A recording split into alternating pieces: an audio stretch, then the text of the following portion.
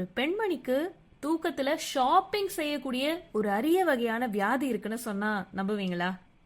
ஆமாங்க, பாராசோம்னியா அப்படின்னு சொல்லப்படுற இந்த அரிய வகையான நோயால பாதிக்கப்பட்டிருக்க 42 வயசான கெல்லி நைப்ஸ் அப்படின்ற இந்த பெண்மணி தூக்கத்திலேயே ஷாப்பிங் பண்ற இந்த நோயால 3000 பவுண்ட்ஸ், அதாவது இந்திய மதிப்புல சொல்லணும்னா 3.2 லட்சம் ரூபாய் பணத்தை தூக்கத்திலேயே ஷாப்பிங் பண்ணி செலவு பண்ணியிருக்காங்க.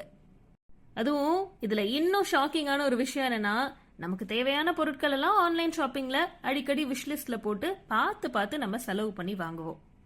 ஆனா கெல்லி நைப்ஸை பொறுத்த வரைக்கும் இவங்க தூக்கத்துல ஆன்லைன் ஷாப்பிங் பண்ண எல்லா பொருட்களும் தேவையில்லாத பொருட்கள் தானா. அது மட்டும் இல்லைங்க, இது மூலமா இவங்களுக்கு இப்போ கிட்டத்தட்ட 3 லட்சம் ரூபாய் வரைக்கும் கடன் ஏற்பட்டிருக்கான். இவங்களுக்கு இப்படி ஒரு பிரச்சனை இருக்கு அப்படின்றதால இவங்க டாக்டர் கிட்ட போய் டெஸ்ட் பண்ணிருக்காங்க. டாக்டர்ஸ் இவங்களை டெஸ்ட் பண்ணி பார்த்ததுல கெல்லிக்கு பாராசோம்னியா அப்படின்ற நோய் இருக்குன்னு கண்டுபிடிச்சிருக்காங்க. அதுவும் இந்த பாராசோம்னியா நோய் இருக்கவங்க எல்லாம் தூக்கத்திலேயே எழுந்து சுயநினைவே இல்லாம நடக்கிறது, பேசுறது, சாப்பிடுறதுன்னு இந்த மாதிரியான விஷயங்கள்லாம் செய்வாங்க. இந்த பாராசோம்னியாக்கு முக்கியமான காரணம் என்னன்னா, தூக்கத்துல மூளையோட ஒரு பகுதி மட்டுமே செயல்படுறதால இது நடக்குது. இன்னொரு பக்கம் இந்த லைஃப் ஸ்டைல் மாறிட்டு வரதால கெல்லியோட விஷயத்துல இந்த பாராசோம்னியா நோய் இன்னும் ஒரு படி மேல போய் தூக்கத்திலேயே ஷாப்பிங் செய்யறது வரைக்கும் கொண்டு போய் விட்டுருக்குன்னு டாக்டர்ஸ்லாம் தெரிவிச்சிருக்காங்க. அடுத்ததா இந்த பெண்மணி தூக்கத்திலேயே கிட்டத்தட்ட 3 லட்சம் ரூபாய்க்கு ஷாப்பிங் பண்ணி அப்படி என்ன பொருட்களை தான் வாங்கினாங்கன்னு கேட்டீங்கன்னா, பிளாஸ்டிக்கால செஞ்ச முழு பாஸ்கெட் பால் கோர்ட் செட்டப், கூடவே நெட்டு, பெயிண்ட் டின்னு, நிறைய புத்தகங்கள், குழந்தைங்க விளையாடுற சில்ட்ரன்ஸ் பிளே ஹவுஸ், இது மட்டும் இல்லாம 100 கணக்கில் மிட்டாய், ஃப்ரிட்ஜு, டேபிள்னு இவங்களுக்கு தேவைப்படாத பொருட்களா எக்கச்சக்கமா வாங்கி குவிச்சிருக்காங்க.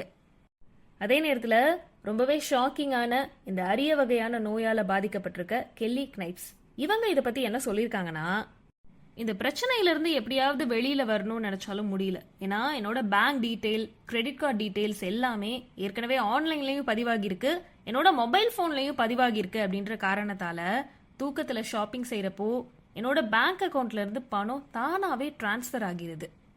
அது மட்டும் இல்லாம இதுல இன்னும் மிகப்பெரிய பிரச்சனை என்னன்னா, என்னோட தனிப்பட்ட பேங்க் டீடைல்ஸ் எல்லாம் நான் தூக்கத்துல வேற யாருக்கிட்டையாவது ஷேர் பண்ணி அது மூலமா பண மோசடி ஏற்படுறதுக்கும் வாய்ப்பு இருக்குன்னு ரொம்ப கவலையா சொல்லியிருக்காங்க கெல்லி நைப்ஸ்.